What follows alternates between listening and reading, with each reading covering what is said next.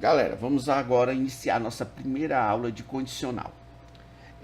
Toda vez que eu colocar aqui uma proposição P, uma seta, e logo após a seta uma outra proposição que eu estou chamando de Q, esse conjunto de símbolos você lê se P, então Q. O que isso significa?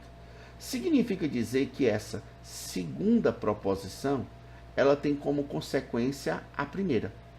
Isso quer dizer que se ocorre a primeira, com certeza vai ter que ocorrer a segunda, tá certo?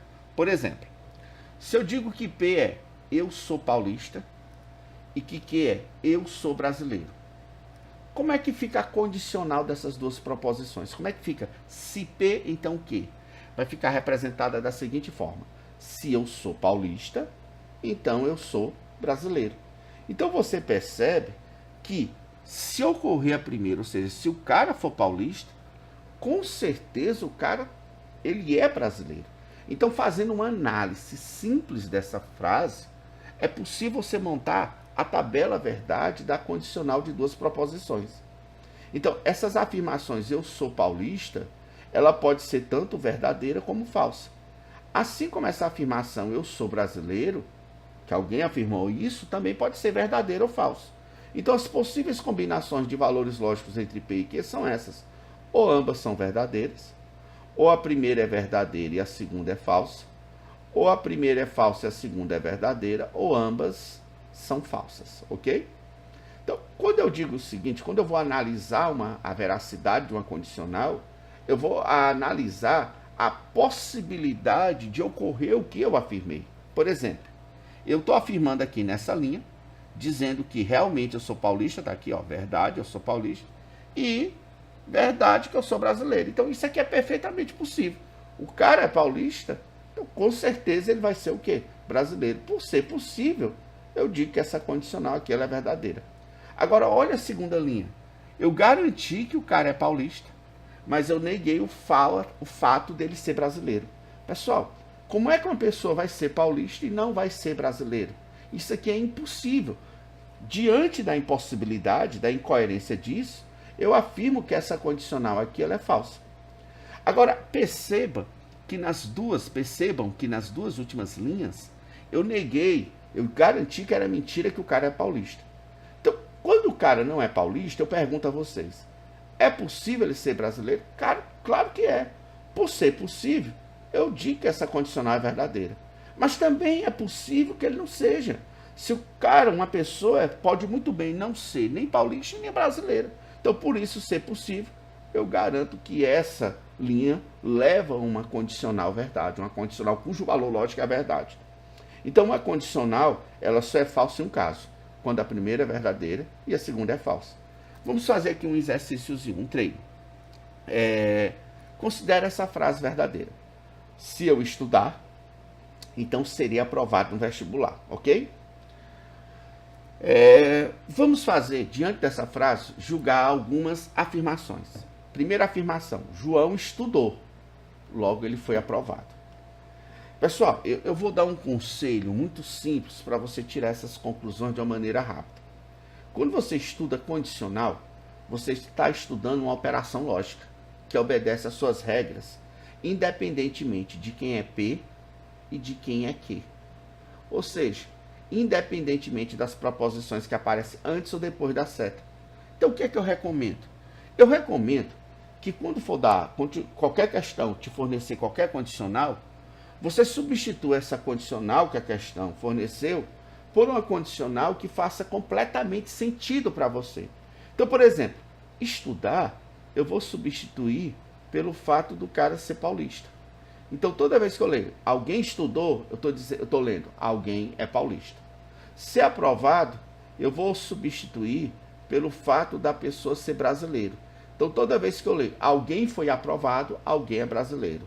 Alguém não foi aprovado, alguém não é brasileiro. Entenderam isso? Por exemplo, nessa frase, João estudou. Então, João é paulista. Logo, é brasileiro. Com certeza.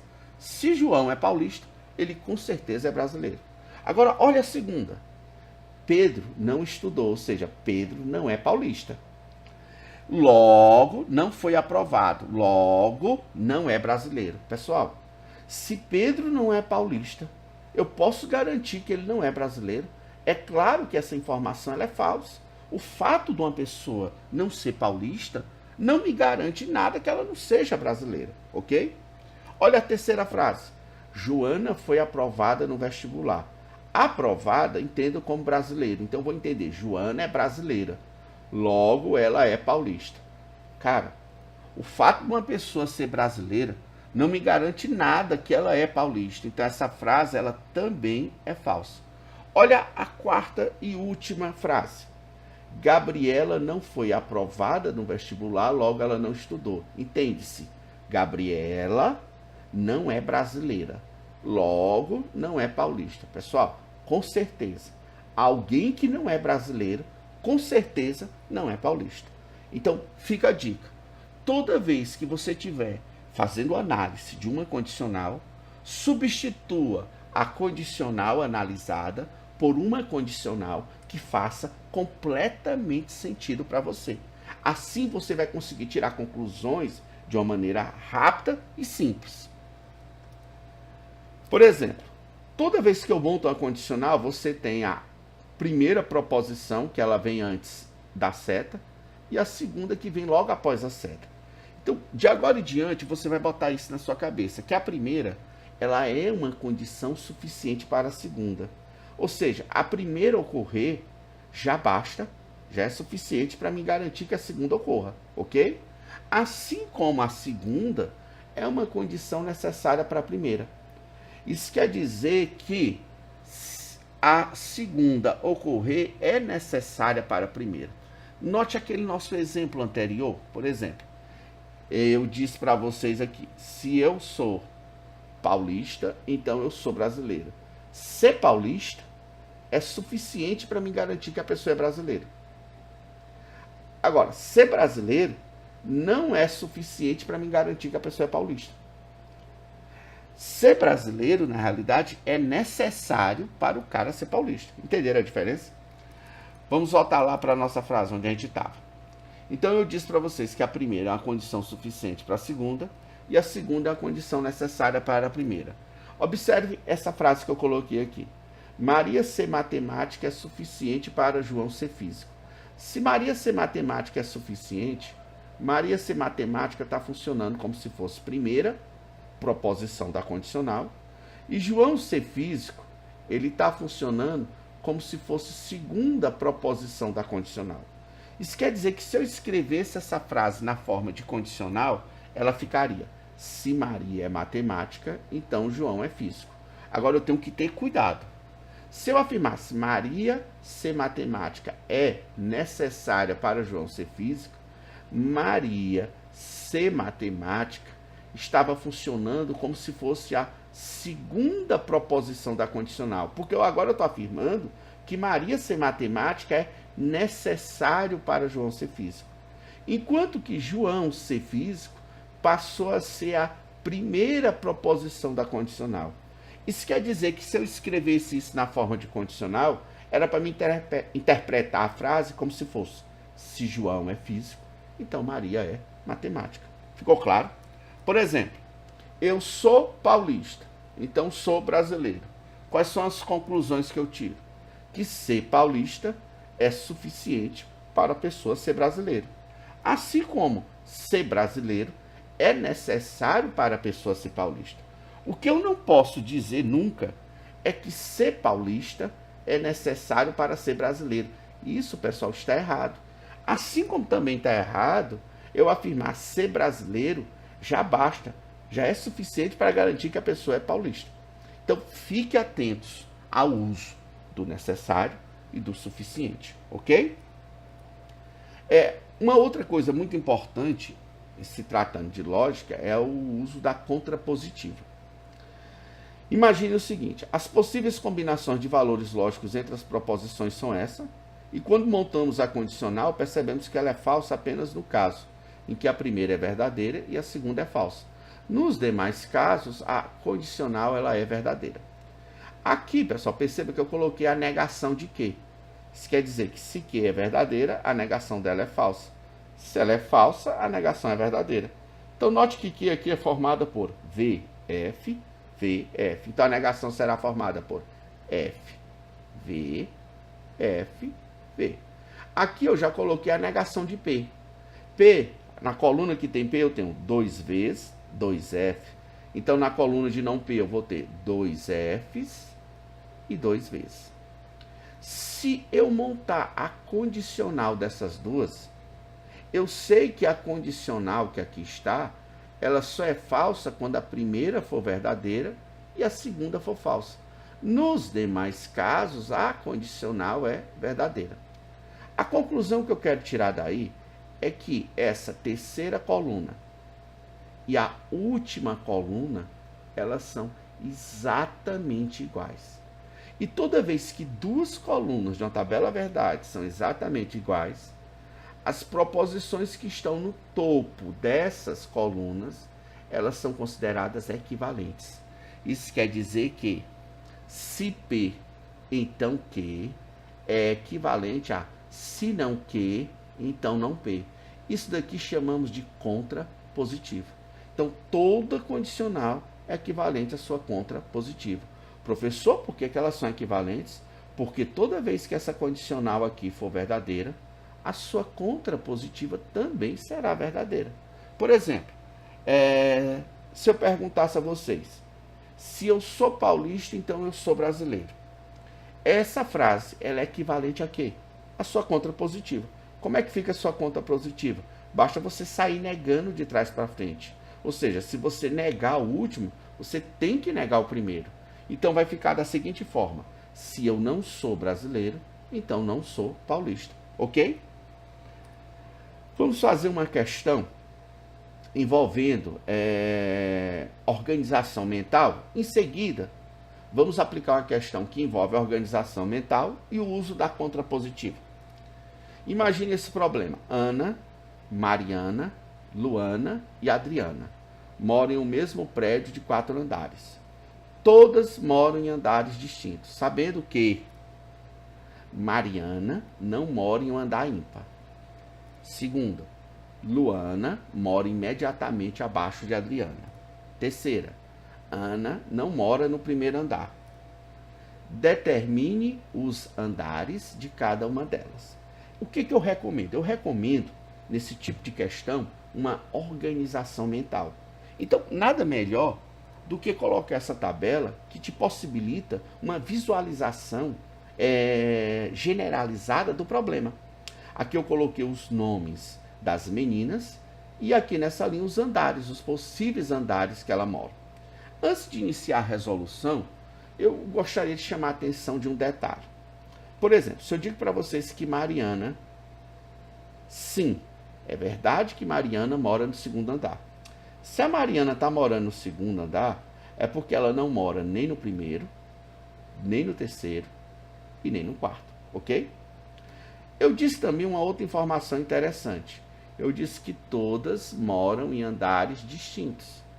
Ou seja, se a Mariana já está no segundo, nenhuma delas pode morar também no segundo andar. Professor, qual é a conclusão que você queria chegar?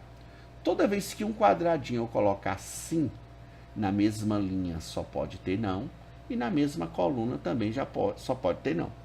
Então, diante dessa explicação, vamos para a resolução da questão. Deixa eu apagar aqui o que eu fiz. Vamos resolver a questão agora. Vamos valendo agora. Então, a questão ela diz o seguinte. Diz que Mariana não mora em um andar ímpar. Então, vou afirmar não para o primeiro e não para o terceiro, já que ela não mora no andar ímpar. Luana mora imediatamente abaixo de Adriana. Cara, se a Luana mora embaixo de Adriana, essa Adriana, ela não pode morar no primeiro andar. Porque se ela mora no primeiro andar, a Luana tem que morar embaixo dela. Então, a Luana teria que morar na garagem. Isso não pode. Assim como também a Luana, ela não pode morar no quarto. Por que não, professor? Porque a Luana, pessoal, ela mora abaixo da Adriana. Se a Luana morasse no quarto, a Adriana teria que morar acima, teria que morar na laje. Também vamos ter que desconsiderar essa possibilidade. Beleza, continuando. Ana não mora no primeiro andar, então vou colocar não para o primeiro andar. Percebam que aqui apareceu 3 não. Se aqui apareceu 3 não, esse quadradinho necessariamente é sim. Ou seja, eu descobri que Luana, ela mora no primeiro andar. Como ela mora abaixo de Adriana, se a Luana está no primeiro, é lógico que a Adriana só pode estar no segundo. Eu disse para vocês que se um quadradinho aparecer sim, na mesma linha só pode aparecer não, e na mesma coluna também só não. Repetindo, se um quadradinho aparecer sim, na mesma linha só pode ter não, e na mesma coluna também só pode ter não. Como aqui tem 3 não, então aqui só pode ser um sim. Se aqui é um sim, nessa coluna só pode ter não. E se aqui tem 3 não, nessa quadradinha aqui só pode ser um sim. Conclusão, Ana mora no terceiro, Mariana mora no quarto, Luana mora no primeiro e Adriana mora no segundo. Fechou o problema. Vamos fazer mais uma questão envolvendo isso e também envolvendo a contrapositiva. Olha essa questão. Se Paulo é médico, então Carlos é advogado. Se João não é advogado, então Paulo é médico. O engenheiro é o mais velho dos 3. Sabe-se que cada um dos personagens citados exerce profissões distintas e apenas uma das profissões mencionadas, sabendo que Carlos não é advogado. Determine o mais velho dos 3. Beleza. Então ele disse o seguinte, ele disse que esses personagens exercem profissões distintas e apenas uma das profissões mencionadas. Isso quer dizer que Carlos, ele não tem como ser médico e advogado. E outra coisa, se Carlos é o advogado, nenhum outro deles também pode ser advogado. Professor, o que a questão quer saber? A questão quer saber quem é o mais velho dos 3. A questão já garantiu que o engenheiro é o mais velho, então eu preciso saber quem é esse engenheiro. Então vamos partir para a resolução. A primeira condicional que ele disse que se Paulo é médico, então Carlos é advogado. Outra condicional que ele afirmou, se João não é advogado, então Paulo é médico. Ele também negou, garantiu que Carlos não é advogado. Pessoal, primeiro, para a gente se organizar, vamos montar a nossa tabela. Bem aqui eu já sei que Carlos não é advogado, então vou botar Carlos para advogado, eu vou colocar aqui ó, um não, ok? Mas quando eu tenho uma condicional e eu nego a segunda, se eu neguei que Carlos é advogado, lembra da contrapositiva? Eu tenho que negar a primeira. Então, se Carlos não é advogado, com certeza Paulo não é médico. Então, vou colocar aqui um não, que Paulo não é médico. Mas, professor, de novo, você está negando a segunda proposição de uma condicional. Você está dizendo que Paulo não é médico. Então, se Paulo não é médico, eu tenho que negar a primeira. Qual é a negação de João não é advogado? É que João, ele é advogado. Então, vou colocar assim. João é advogado. Lembrando que se nesse quadradinho aparece sim, na mesma linha só pode aparecer não. E na mesma coluna também só pode aparecer não. Se aqui tem 2 não, aqui tem que ser um sim. Se aqui é sim, aqui só pode ser não. E se aqui tem que ser 2 não, aqui tem que ser sim. Conclusão. Paulo é o engenheiro, Carlos é o médico e João é o advogado. A questão pediu, determine o mais velho dos 3. A questão disse que o engenheiro é o mais velho. Quem é o engenheiro aqui, pessoal? Paulo. Então, Paulo é o mais velho. Espero que vocês tenham compreendido e aguardo as aulas seguintes. Tchau, pessoal.